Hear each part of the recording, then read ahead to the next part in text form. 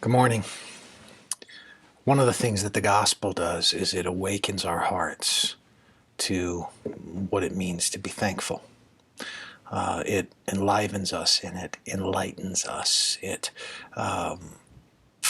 quickens our soul so that we're not people who are presumptuous. We're not supposed to be. We're not people who take things for granted. We're not supposed to anyway. We're supposed to be and act in concert with an identity that says that we have been drawn from darkness to light, not by our own doing, but by the beauty and the majesty of the light of Christ.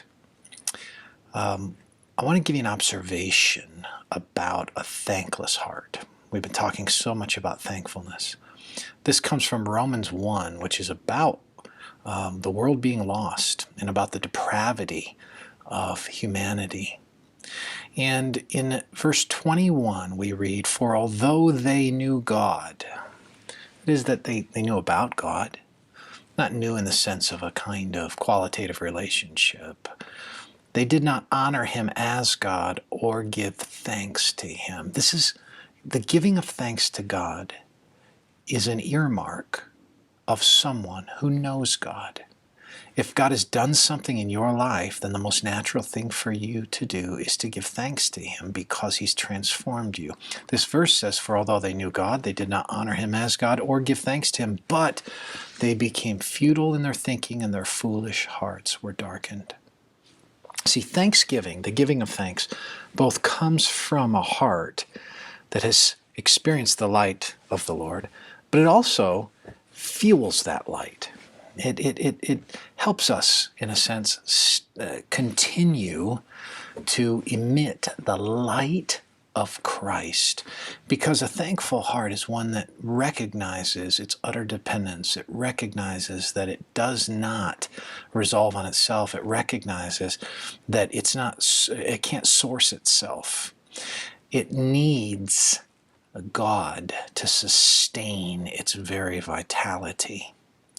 So a thankless heart is a dark heart, and in a way that's self-evident, right? So it's self-evident.